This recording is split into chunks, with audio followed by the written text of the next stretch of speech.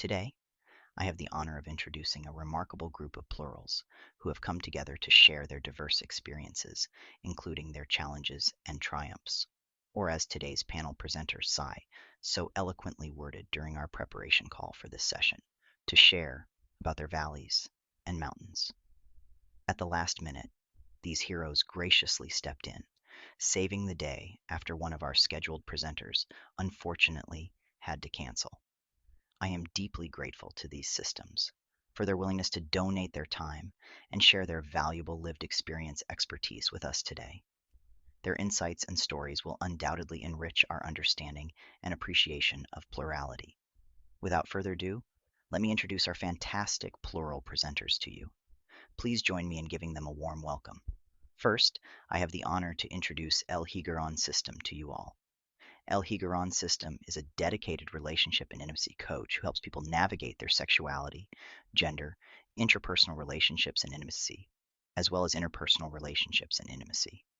They focus on caring for non-normative individuals, particularly those within the 2SLGBTQIA+ and neurodivergent communities, with a special emphasis on supporting plurals. El Higuerón system passes as light-skinned and is in an A-B body. They have earned an advanced education and possess significant professional experience, acknowledging and appreciating the privilege that these aspects afford. However, their journey has also been shaped by a financial reality marked by poverty and isolation, physical and mental disabilities, queerness and transness, non-normative relationship values and practices, a lived experience of plurality, immigrant and racial ethnic identity, and a complex trauma history. These intersecting aspects of their identity meet with normative societal dominance and oppression, enriching their perspective and deepening their commitment to this work. Their commitment is to heal, to grow, to flourish, and to thrive. It is this dedication that fuels their purpose to help others do the same. Please join me in welcoming El Higuerón system. Next, I am excited to introduce our next presenter to you all, Team Renewal, who some of you might know from previous PPWC editions. Team Renewal's body is named Riley. They are primarily a fictive system, a disabled trans man of color, and are looking to educate people on plurality and disability. They live in Maine, USA, with their partner, who is also a caregiver, and their best friend, who is a silly old black cat named Tundra. They are a mixed origin system, mostly endogenic, but with a trauma-based DID diagnosis and one little self. Please join me in welcoming Team Renewal. It is my pleasure to introduce Salem Starship as part of this panel. They are an endogenic gateway and schizoaffective plural. They are BIPOC and trans non-binary that currently resides in the United States. They aspire to learn many languages and create many things. They are also the admin of a Discord server for highly populated plurals, aka polyfragmented systems. Please join me in welcoming Salem Starship. I am so happy and honored to introduce the Anderson system to you all. The Anderson system is a vibrant group of people with 31 alters. They run a YouTube channel. They volunteer for the Plural Association. They often facilitate the POC meetup table at our events. Anderson and us have spoken to journalists together about DID and plurality, and it was so great to work with them. So I'm so happy they sent us a submission for this session. Please join me in welcoming the Anderson system. Lastly, let's give a warm welcome to Xi. Their name means deepest river. Their collective's name is unknown, but is described as interceding, channeling, and eroding. Now, I'm excited to hand over the microphone to our fantastic session presenters. Defining functional multiplicity. How do you personally define functional multiplicity? Or what does healing look like in your context, especially outside of capitalism and/or definitions of functionality derived from sanism or psychiatric/psychological diagnostic criteria written by white, cishet, patriarchal structures of supremacy and oppression? So for us, functional multiplicity boils down to living a life that we want to live. It means health, not in a medical model of health, but meaning happiness and wholeness and healing. We believe we can be healthy and multiple. We see our multiplicity as our superpower, an advantage, not an impairment. We do hope for a bright future, a life we're excited to live. We believe that starts with selves-love. We want to build that life for each other and for ourselves. We want to live a life that we choose, that we love, that we want, that we enjoy, and build that in such a way that we work together, that there's compassion and cooperation and consensus, that we build together. So essentially, living a life that we want. Reframing the narrative and include myself in a society that excludes me. Reading my own inclusion into the world. Redefining what functioning is for me and not capitalism.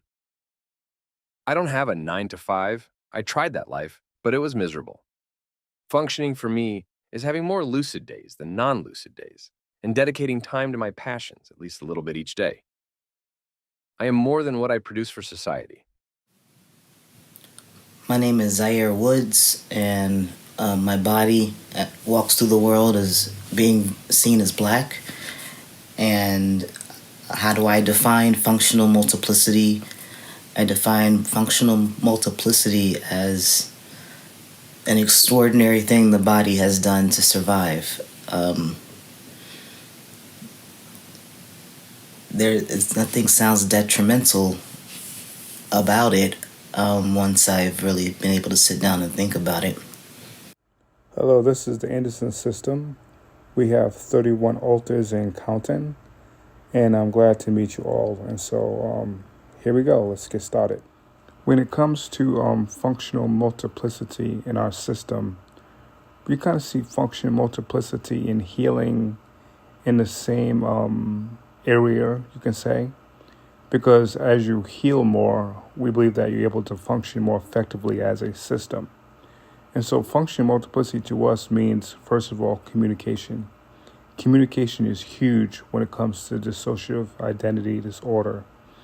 And so I think that as you heal more, you're able to communicate with parts more effectively. And so therefore you have less time of being disconnected and completely dissociating from anything around you. And so I think functional multiplicity is a part of healing. It's important. And every system has their way of getting there in their own time frame. We think also as a system that it's important that you have allies in your corner. We believe that that's part of healing and functional multiplicity is when you can find people that can be either systems or singlets that you can trust that can help you navigate your experience and validate your experience. Validation is very important when it comes to living with dissociative identity disorder. There's someone to validate your experience and tell you that it's okay to have that kind of experience because it's your way of coping with the trauma that you experienced growing up as a kid. And so when it comes to functional multiplicity and healing again, validation is huge. And with that experience is also you are able to build trust within your system about how your experience is also valid as well. Resilience and overcoming. With the goal of providing hope to our audience, could you share a story of resilience or a significant obstacle you and your system have overcome together? So one of the obstacles that we've overcome as a system is really about our financial situation. For many years, we worked freelance, self-employed, And we did that essentially because there were many days where, it was very difficult in the system or mentally, emotionally. We also have some physical disabilities that, felt much easier or simpler to take care of or to manage working from home. But as anyone who has worked freelance or self-employed, before knows, some months can be great, plenty of income, being able to meet and pay all the bills and all the necessities. And other months can be really difficult and not enough money, or not enough projects to do, or payment is late, or many things that can come up. And we got to a place last summer where we had many months in a row that just were insufficient. We were not making enough money. And it really presented us a dilemma because, like I said,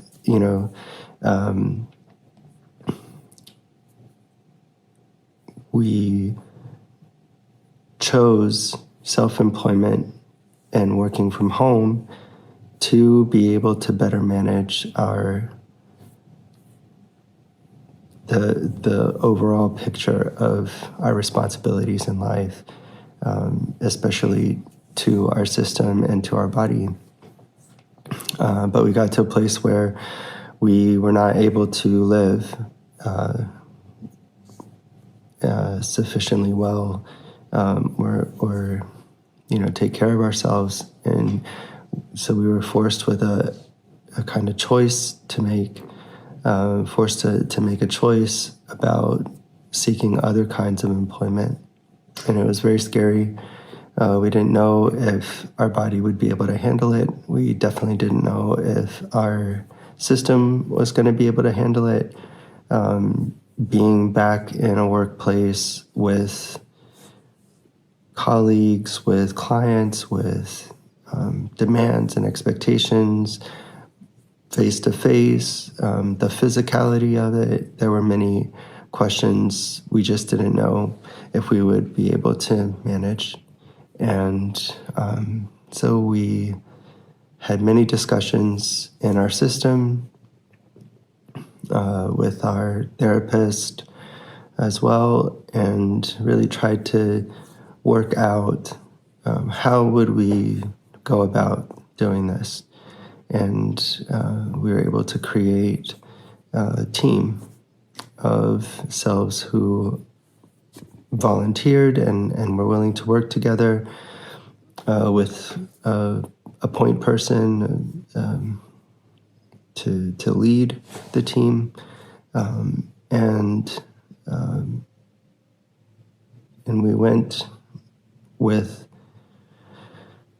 a kind of experimental attitude of, let's be open to this. Let's see if we can manage this, maybe if there are some tweaks to make, or if it's just not going to work at all and we need to, come back to working from home if our body can't handle it, or what have you. And it did take a lot of work. It still takes a lot of work, but we're really happy to be, on about 8 or 9 months in now, from beginning to work back in a workplace, to have a manager, to have higher ups to answer to have colleagues that we work with, to have people that we're responsible for, and work that we're responsible to do on site. There have definitely been days that were extremely difficult, either from an emotional standpoint or mental standpoint, or from a physical standpoint. But we've been able to manage, for the most part, fairly well. Again, really relying on the system and specifically the team who do the work, and that has been a real turnaround for us. It's been a new chapter for us, to be able to return after so many years to the workplace, and this time fully cognizant of our system, but able to manage whatever was going on in the system sufficiently well to continue working, even while, perhaps we were doing specific inner work, but being able to go to the workplace and carry our responsibilities there successfully. It's been a really big turnaround for us, and one that we're proud of each other for enabling one another and working together, cooperating to be able to work in a way that we weren't sure we would ever be able to work again. So that's been a really good thing. I've noticed within ourselves that, of course, oppressive systems still exist. That's the ocean we've swum in. So we've been in a process of recovery, looking like reordering or reprogramming, changing the prior way of the system. When life knocks you down, your system is there to help bring you back up. My system is my support when there is no external support system available. They are my crew, and they are loyal and love me, and I love them. We go through it together, and we also make it through together. Helpful practices. What specific practices or resources have you found the most beneficial for you and your system? Was there something that made the difference for you and your system?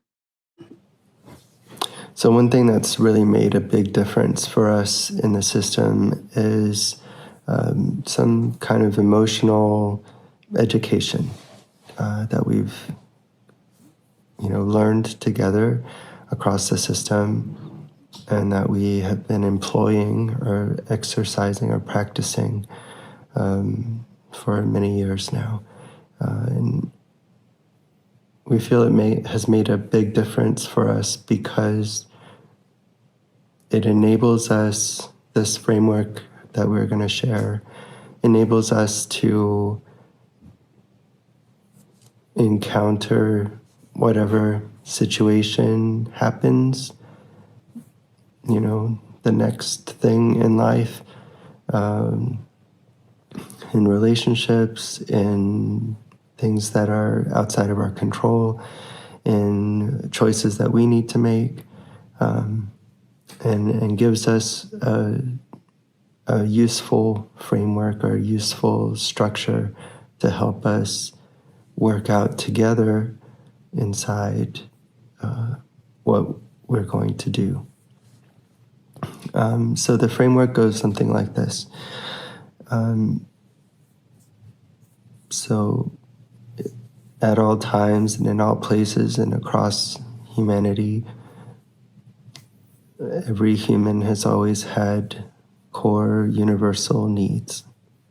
And that's really important because some of ourselves feel that they're not allowed to have needs, or it hasn't been safe for them to have needs, or I don't deserve to have needs, or their needs didn't matter compared to other people. So just starting from a place of accepting together that we each have core, fundamental, universal needs, as do all humans, and then for us, the many of us, also each one of us. And so at the core are these needs that are met or not met, that are satisfied or not satisfied. And, one example might be connection. And there are many different things that could look like connection or that could satisfy or meet the need of connection. And it might be different for different selves. But in that way, as an example, each one of us has core fundamental needs. And that's not a good thing or a bad thing. It just is. It just is true. There's no judgment to make about it. It just is true.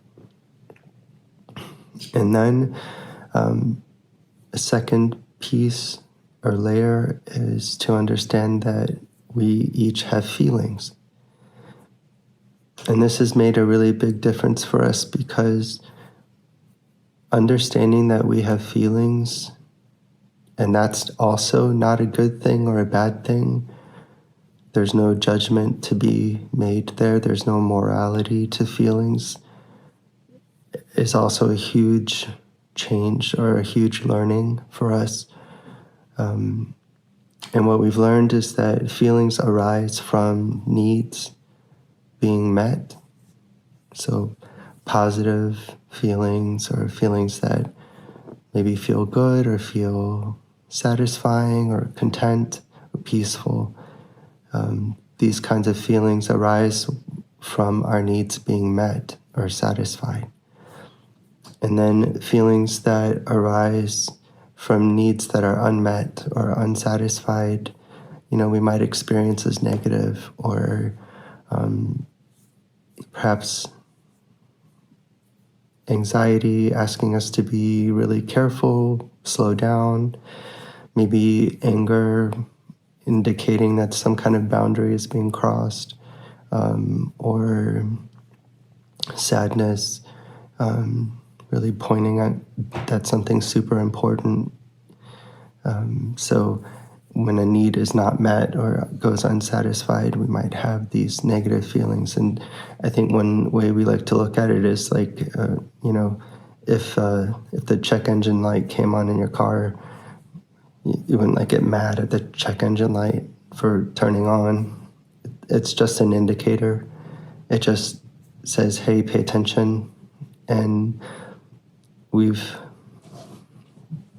really benefited from being able to look at our feelings inside and the many feelings that we feel at once, with different selves having different emotions, and recognize those as indications of needs that are being met or not met, and to maybe move away from, or at least create kind of a pause or a space where we don't need to immediately judge those feelings.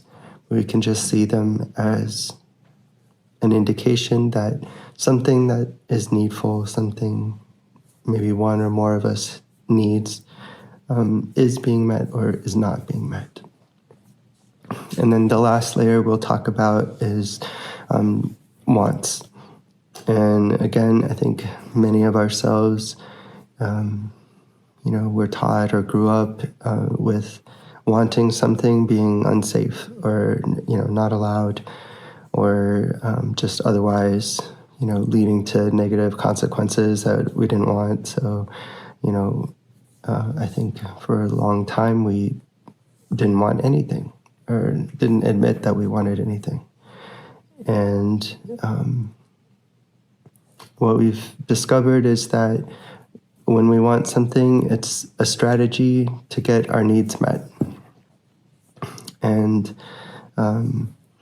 so if one of our littles really wants to eat a lot of ice cream, really bad.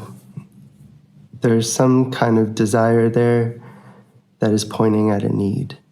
And maybe the need is to celebrate, or maybe the need is to have some pleasure, some enjoyment, some joy, some happiness.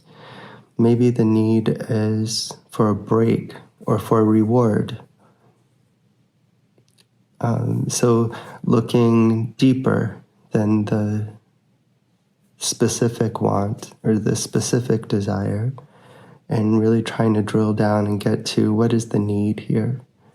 I think that's been really helpful for us. Like I said, maybe really helpful in trying to understand different selves who have very strong desires of one thing, or specifically, or even just in general, to be able to understand, especially when we have conflicting desires or,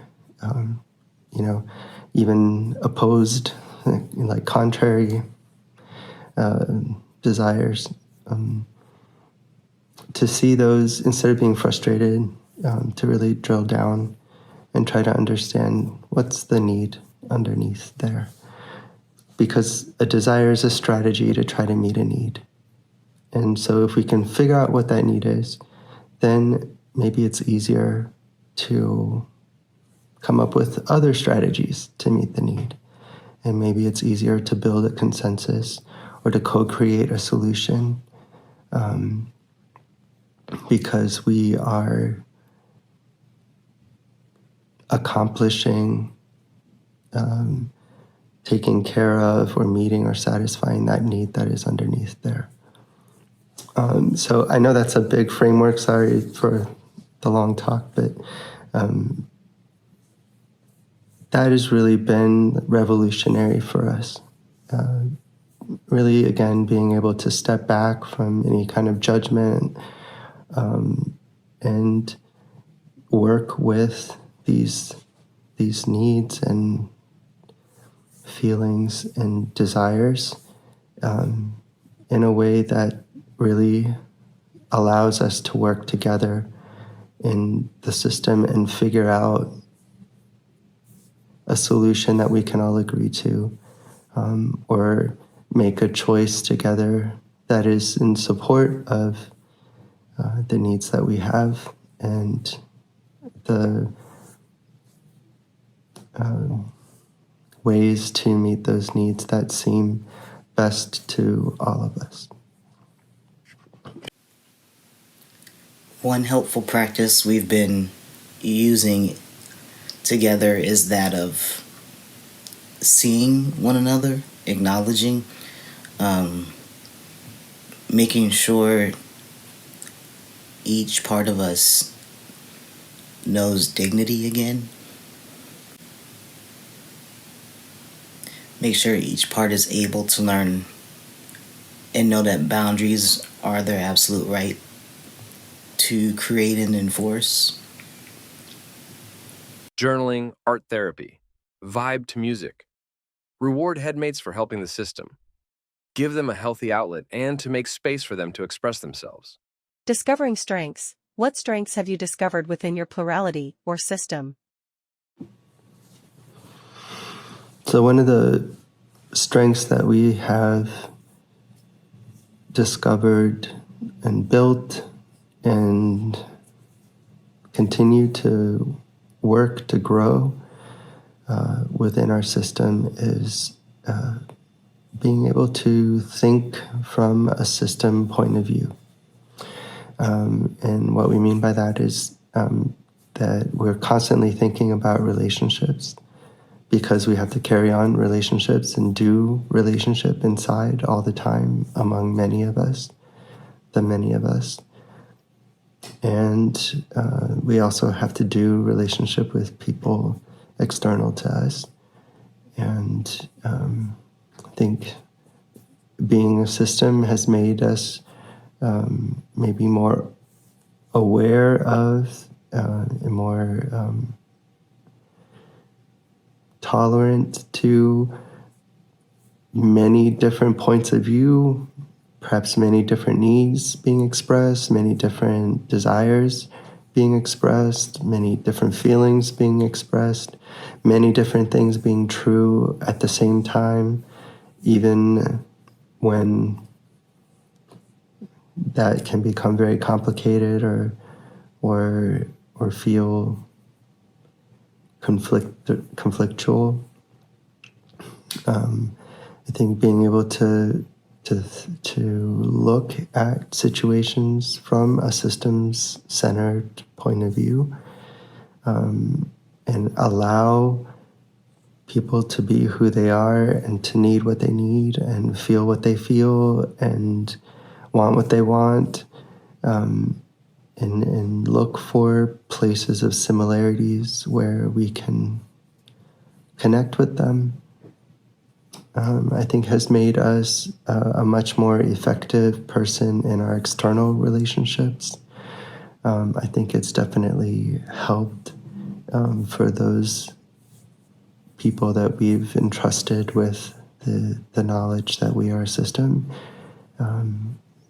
helped them to also build relationship with many of us inside, and certainly has made a big difference for our operating together, our cooperating together and living together internally.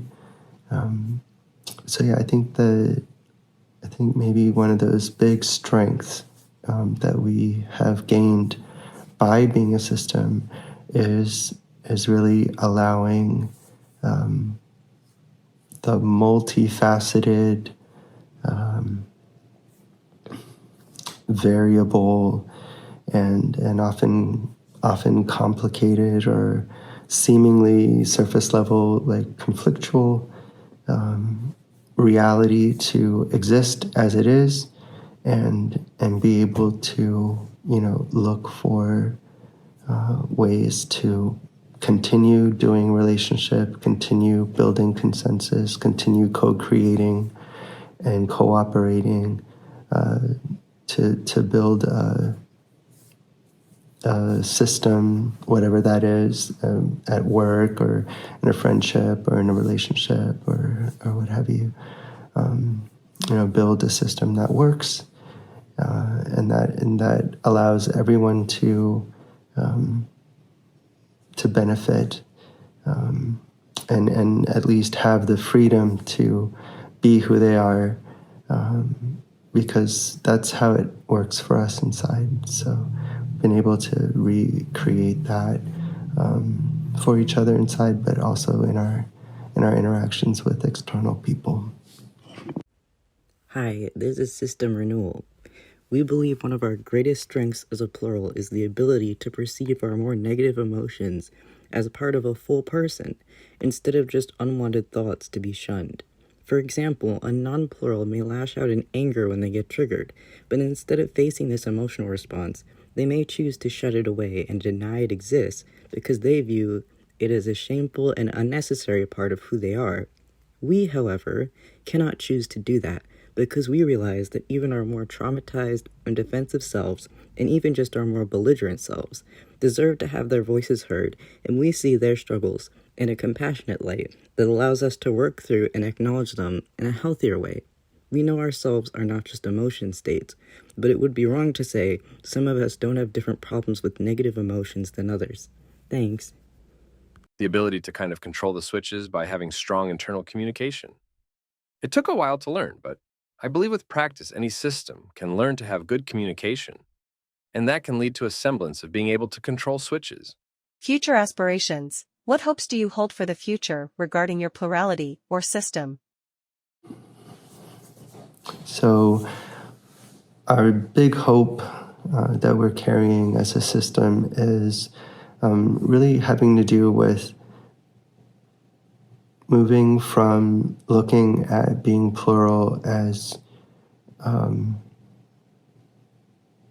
sort of in the ways that we've been taught to look at plurality in society, namely the stigma around being plural,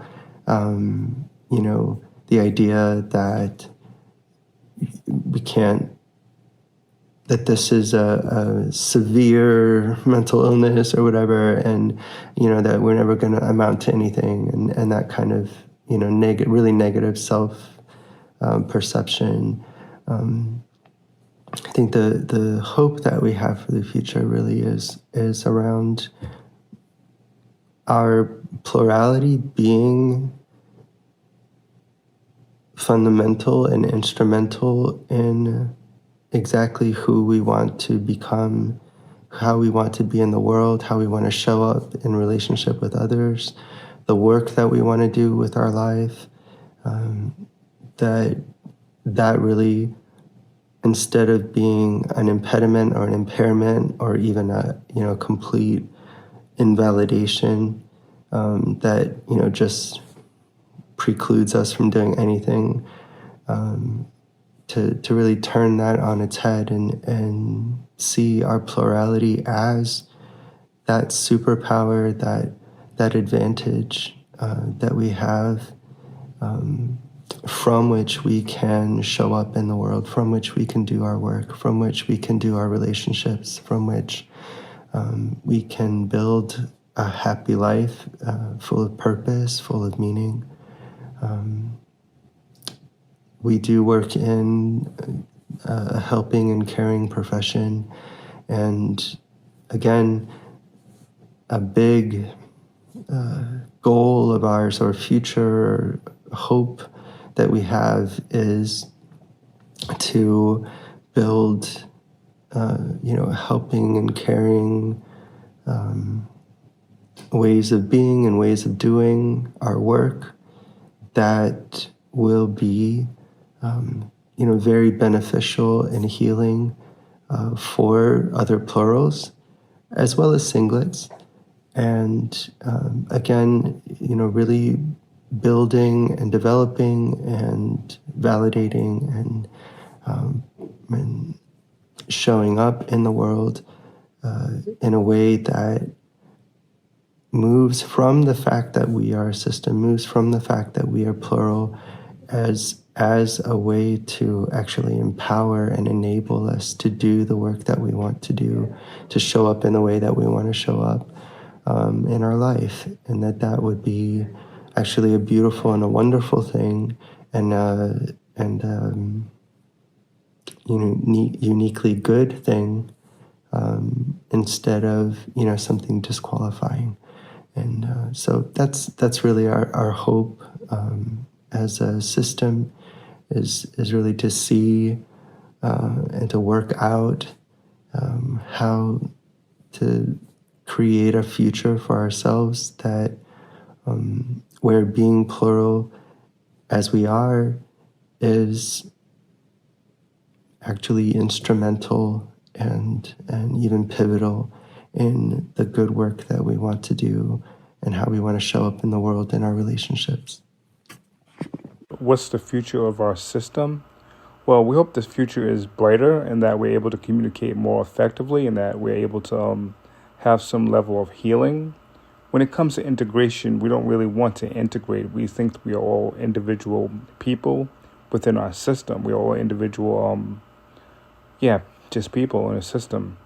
And so we think functional multiplicity is a way to go, that we're able to function as a whole system and able to express ourselves in whatever area we want to express ourselves in. Like example, some headmates like art, some headmates like writing, some headmates like music or whatever it may be. So I guess it depends on your system. But again, when it comes to functional multiplicity, I think it's really important that your system learns how to respect and experience things together.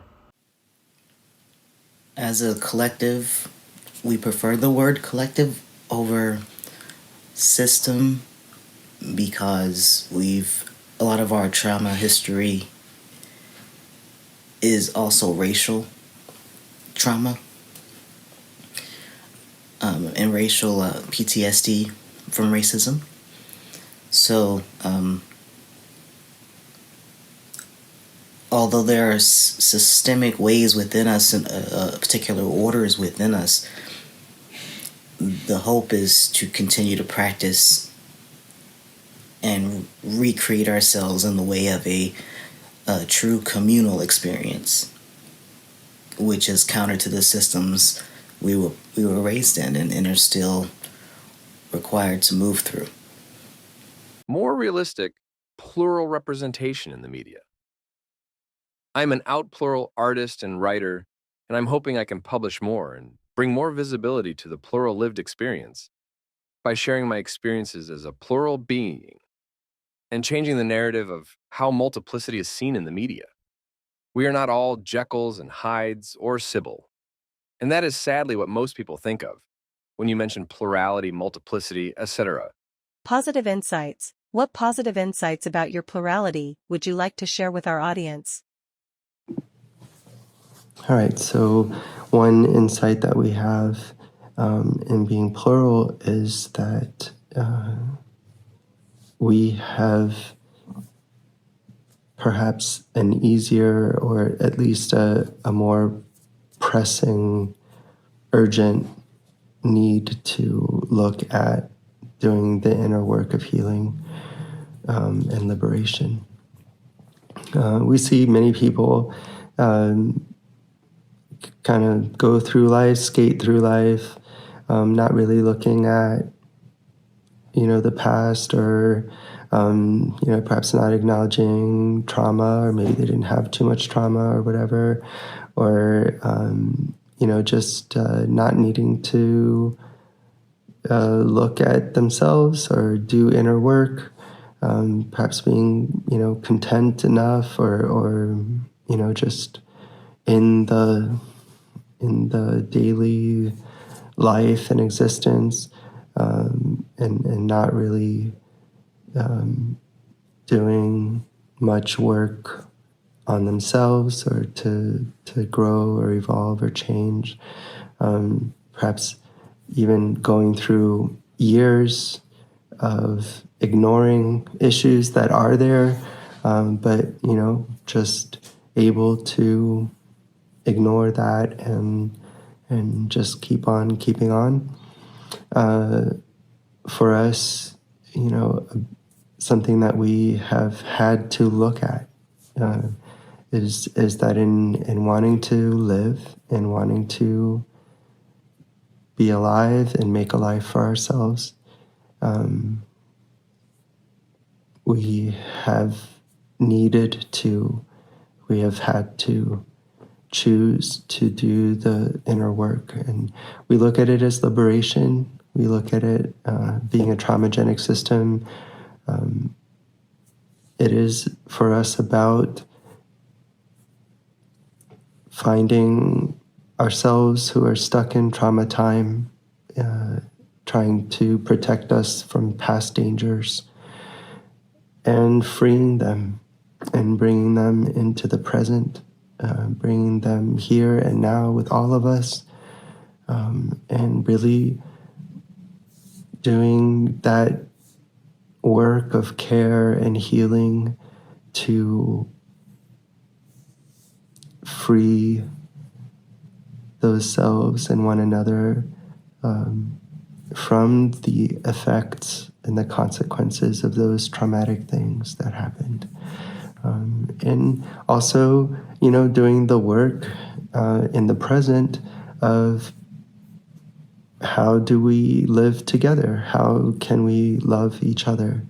How can we love each one of us, love ourselves? How can we live a life that we co-create and are happy to live and even excited to live? And that sight, or being able to see that, I think is by virtue of being plural. And maybe there's been less,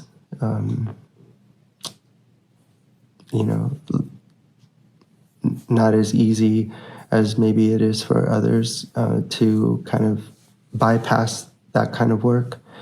We've really had to stop and do that kind of work and be dedicated to it, and in order for us to be able to live and build a life that we want to live.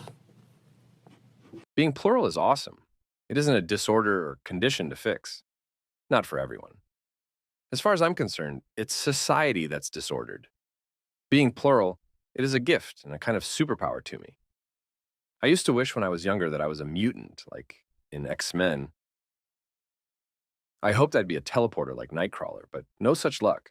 I think my mutation is that I am plural, and a gateway plural at that. It makes me feel special and unique, and I wouldn't want to be any other way. Mutant and proud is plural and proud. Understanding for allies. What is one critical insight or fact you wish our allies understood about your plurality? So one critical fact that I wish allies really understood about plurality and about our plurality is that being plural has been actually an even deeper, even riskier closet to come out of than being transgender or being queer. We've had more danger, more risk, more negative consequences from coming out as plural or being known as plural than we have from coming out as transgender and non-binary, from coming out as queer, which is saying a lot because there have definitely been some very costly results to coming out as queer and transgender. And of course, if we look in the greater society past our own plurality, but just, what's happening in our country and in the world, there's a lot of risk and insecurity around coming out as queer and transgender. So I really wish allies understood that even beyond that, even, as we take the just measure of how difficult those two closets are to come out of, even more in our experience. Coming out as plural is even more risky, even more dangerous, and that really stems from the sort of cultural understanding of plurality, which basically is summarized in TVs and movies as some dangerous, violent, often murderous alter that's liable to come out at any time, and there's that kind of trope of the danger posed by plurality, and what I think people and what I wish allies understood is that not only is that trope harmful and inaccurate, but it is also really baked in to singlet normativity. So constantly seeing being one mind or one consciousness in one body as the norm, as the only right way, as the standard, necessarily others, people of lived experience of dissociative identities or of plurality, and that can be really harmful because it's insidious, because it's baked in, because you may be looking at things, even plurality specifically, as a singlet from a place where you perhaps unconsciously center your singlet experience and really see a plural as other, as not normative, as aberrant. It's definitely the way plurality is looked at in the medical field and psychological field as a disorder, as a pathology. And, again, what we wish singlet allies would understand about our plurality is that there's a really good reason why we stay in the closet a lot of times about our plurality, because, even more than coming out as queer, even more than coming out as transgender, coming out as plural is even more risky. It others us to an even greater extent and exposes us to risks at an even higher degree than these other two that I've been talking about. So really wish that allies would understand and actually really appreciate the value of a plural coming out to them as plural and entrusting them with that information, because it really is a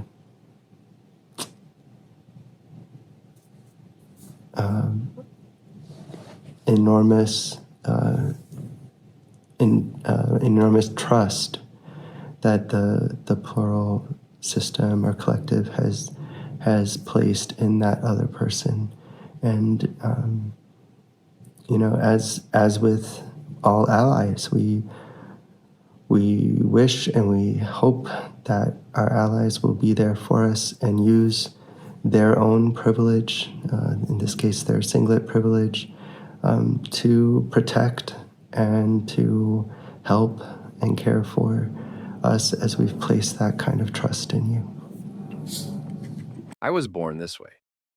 Plurality isn't just a side effect of intense trauma. It can be as natural as being born with the blue eyes or dark skin. Yeah, trauma happens because that's part of life sometimes. But I'm not plural because of my trauma. I am plural, and I have trauma, and my plurality helped me survive the trauma. But even if the traumas didn't happen, I'd still be plural. Advice for plural and questioning attendees. What advice or insight would you offer to someone exploring or questioning their own plural experiences? So the advice I can give to someone who is questioning or, perhaps wondering if your experience is a plural experience, really has to do with openness and curiosity and choice.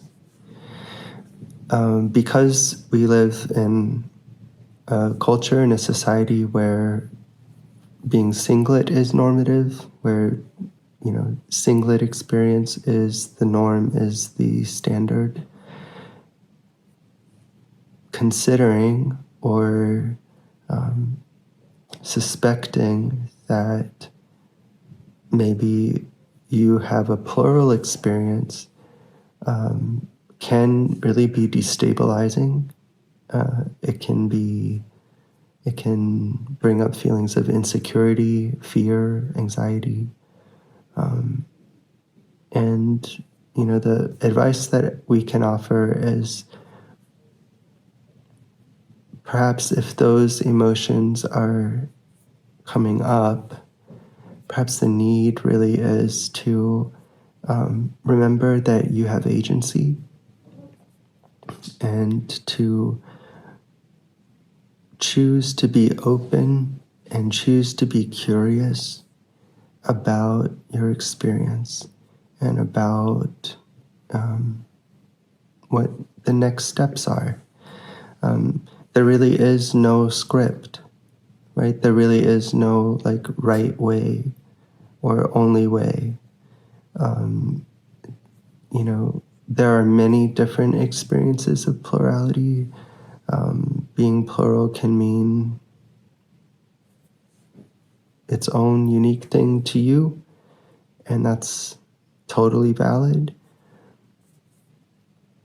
So if perhaps you've found the language and the vocabulary of plurality and something there is resonating for you, something there feels at least interesting or maybe calls to you in a particular way, and especially if with that maybe also there are feelings of destabilization or insecurity that come up. Remember that you are the sovereign agent of your life. And even if you are plural and there are many of you inside, you are still the sovereign agent of your life. Life isn't happening to you. You get to make decisions, you get to take choices, and from a place of agency and from a place of choice, you can open to exploring and discovering more about plurality, more about others' lived experience of being plural. You can be curious about perhaps how your experiences fall into that kind of, under that kind of umbrella, or into that kind of category, or don't, and you can allow that realization to happen as it happens. And it might take a while, and that's fine. Or it might be all at once, and that might be really shaky, and that's fine. Maybe the other, piece of advice that I could give for someone who's questioning whether they're plural or not is there really are many of us out here, and it's often helpful to find someone who maybe for the first time in your life can understand the words that you're saying, or in their sharing their lived experience, you can recognize yours. I know that's how it was for us, that, and often is for us, that in conversing with other plurals, someone will say something and it's like someone's finally articulated something that's been true and that we've lived, and maybe never known how to say out loud. And to hear someone else say that gives us words to describe it, but also validates that experience and helps us to feel that, okay, the experience that we've had is a human one. It's not in the sense of we aren't the only being to ever experience this, and that's often very helpful and securing and stabilizing. So yeah, those are the two things I can offer. Really remember your agency, you have choice, and from that place of personal power and agency, you can open and be curious and explore and discover. And then secondly, if something in the plural experience is calling to you, it resonates with you somehow, getting to know some plurals, conversing with them, being in spaces where plurals are safe, can offer you sometimes vocabulary or words to articulate experiences that you've had that you've perhaps not been able to articulate as exactly before, or at a minimum just to recognize that you aren't the only person who's ever experienced these things. And whether that means you're plural or not, is fine either way. And, if you go through that exploration, you will only be enriched by that, and by the things you discover, even if that is, not normative, or even if it does turn out to be plurality. It will be an enrichment and a growth and an evolution for you. So allow yourself to be open and curious, and remember your power. Try on as many labels as you can. Go with what feels right and discard anything that doesn't. Have patience with yourself. Learn from other people who share their stories. Don't feel bad if your story or experiences aren't the same as someone else's. Existence is not a monolith that goes for plurality too. You are valid wherever you are in the plural spectrum. If you have to be covert for a while, then be covert for a while. Safety first. Coming out of any closet carries risks, and there is nothing wrong with being covert and exploring in private if you don't feel safe to be open about your experiences. Take your time and play with your identity and explore parts of it that would otherwise go unexplored if you didn't start asking questions. Enjoy the process and enjoy the journey. Find people you trust to talk to about things. They don't necessarily have to be plurals. They can be just people you trust. You can even just get a soundboard plushie to help you process things. If you have social anxiety or social awkwardness talking to people. Also, taking notes to scientifically track the psychological changes with yourself, to have a record, could be a good way to learn and figure things out.